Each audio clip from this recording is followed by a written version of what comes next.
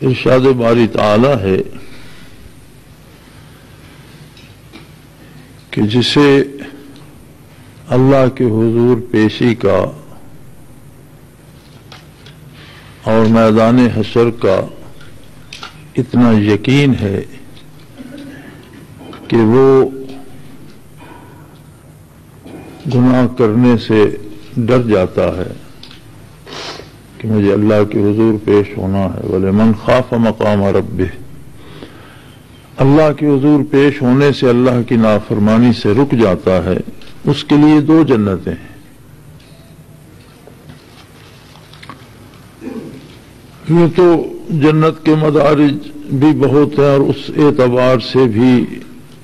اس کا مفہوم واضح ہے، لیکن حدیث شریف میں نبی علیہ الصلوۃ والسلام سے عرض کی گئی کہ یا رسول اللہ، اہل جنت بھی کیا عبادت کریں گے؟ وہاں بھی کہ نماز، روزہ، رکوع، سجود، کچھ اس طرح کی چیزیں ہوں گی؟ تو آپ صلی اللہ علیہ وسلم نے فرمایا کہ جنت میں عبادت ایسے ہوگی جیسے دنیا میں تم زندہ رہنے کے لیے سانس لیتے ہو. جس طرح طبعی طور پر آدمی کو محسوس بھی نہیں ہوتا اور سانس چلتی رہتی ہے، اسی طرح عبادت بھی طبیعت ثانیہ ہوگی اور اس کے لیے کوئی خاص ارکان معین نہیں ہوں گے. ملا علی قاری رحمۃ اللہ تعالی علیہ نے مشکات شریف کی شرح میں اس حدیث پر بحث کرتے ہوئے فرمایا کہ صوفیاء اور عارفین جو سانس کی آمد و شد کو ذکر الہی پہ لگا دیتے ہیں، دل کی ہر دھڑکن اللہ کا نام لینے لگتی ہے، اور انسان کسی بھی کام میں مصروف ہو، سفر کر رہا ہو، مزدوری کر رہا ہو یا سو رہا ہو، تو دل بھی دھڑکتا رہتا ہے اور سانس بھی چلتی رہتی ہے. وہ ہوش میں ہو تب بھی، بے ہوش ہو جائے تب بھی، چوٹ لگ گئی، حادثہ ہو گیا، بے ہوش ہو گیا،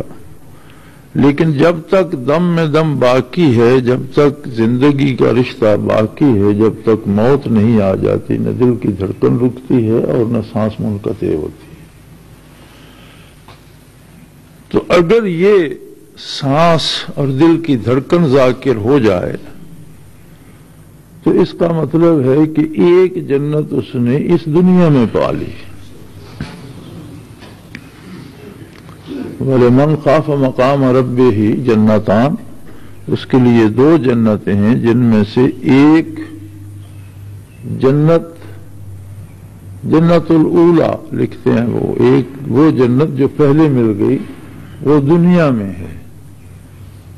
اور یہی حال صحابہ کبار کا قرآن حکیم فرماتا ہے ثم تلین جلودہم وقلوبہم الی ذکر اللہ، کہ کھال سے لے کر نہاں خانہ دل تک جس طرح یہاں تلینوں سے مراد ہوگا کہ نرم ہو جانا، یا جس طرح کھیتی اگنے کے لیے تیار ہو جاتی ہے. کاشتکار حضرات جانتے ہیں کہ جب ہم کاشتکار لوگ ہل چلاتے ہیں تو بیجنے کے لیے ہل چلا کر کچھ دن چھوڑ دیتے ہیں. آج ہل چلایا، صبح اس میں بیج نہیں ڈالتے، اسے 8-10 دن ہفتہ وقفہ دیتے ہیں. وہ وقفہ اس لیے ہوتا ہے کہ اس کے اندر ایک کیفیت بن جاتی ہے جو بیج کو اگاتی ہے. تو قلوب یا وجود کی تلین سے بھی یہ مراد ہے کہ دل میں، وجود میں، کھال میں، گوشت میں، ہڈیوں میں، پوست میں ایک ایسی کیفیت بن جائے جو ذکر اللہ کو جس طرح کھیتی اگتی ہے اس طرح بال بال سے، قطرے قطرے سے، ریزے ریزے سے اللہ اللہ کو، اللہ اللہ کی صدائیں آئیں، جیسے بدن نہیں ہے، ایک کھیتی اگ رہی ہے. اور بڑی خوش نصیبی کی بات ہے یہ، اس پہ بحث کرتے ہوئے علماء حق لکھتے ہیں کہ وقت وقت کی بات ہے اور زمانے زمانے کی ضرورتیں ہیں۔ آقا نامدار صلی اللہ تعالی علیہ وآلہ وسلم نے پیدل سفر فرمایا، اونٹ پر سفر فرمایا، گھوڑے پر سواری فرمائی، گدے کو بھی اپنی سواری کی سعادت بخشی، چونکہ عرب میں اچھے قیمتی گدے ہوتے ہیں، اب تک بھی جو سواری کے لیے عرب استعمال کرتے ہیں، بلکہ اس طرح سے کرتے ہیں کہ ہمارے ایک ساتھی جب مکہ مکرمہ میں سراج صاحب یہ چابیاں بنایا کرتے تھے تو ان کے پاس ایک بدو آیا اور وہ کیڈلک کار کی چابی بنوانا چاہتا تھا، جو اس کی اگنیشن کی خراب ہو گئی تھی، وہ اس کے پاس تھی کہ اس کے ساتھ اس طرح کی نئی بنا دو، لیکن گدے پہ سوار تھا۔ سواری کے لیے آج بھی بڑے بڑے معزز اور بڑے بڑے اچھے لوگ گدا استعمال کرتے ہیں، لیکن اب سنت یہ نہیں رہے گی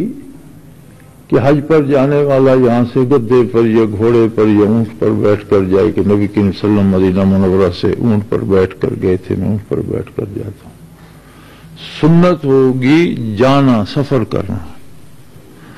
ذریعہ سفر سنت نہیں ہوگی۔ آج کے ذریعہ سفر حج کے لیے بھی یا عبادات کے لیے بھی یا جانے کے ہوائی جہاز ہے یا موٹریں ہیں، یہ مختلف وقت کے ساتھ ساتھ بدلتے رہے، کل کو شاید کوئی اور ہوگا۔ اس زمانے میں تمام غزوات تیر کمان سے، تلواروں سے لڑے گئے۔ اب آج بے پناہ مخلوق جو شہید ہوئی ظلماً افغانستان میں، اس لیے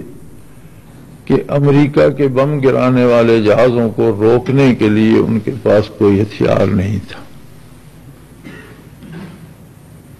اگر اسی پائے کے ہوائی جہاز ان کے پاس بھی ہوتے یا اگر ہوائی جہاز نہ تھے تو ان کو گرانے کا کوئی اینٹی ایئر کرافٹ سسٹم ہی ہوتا، تو اس بے دردی سے اور اس طرح ظالمانہ طریقے سے اتنی مخلوق شہید نہ ہوتی، اور نہ ہی اصل جو دھچکا لگا ہے ملت اسلامیہ کو وہ یہ ہے کہ خلافت اسلامی کی جو صورت بنی تھی اسے مٹانے کی صحیح ہو رہی ہے، جس میں ایک حد تک وہ بڑے خوش ہیں کہ ہم کامیاب ہو چکے ہیں، لیکن شاید یہ ان کی،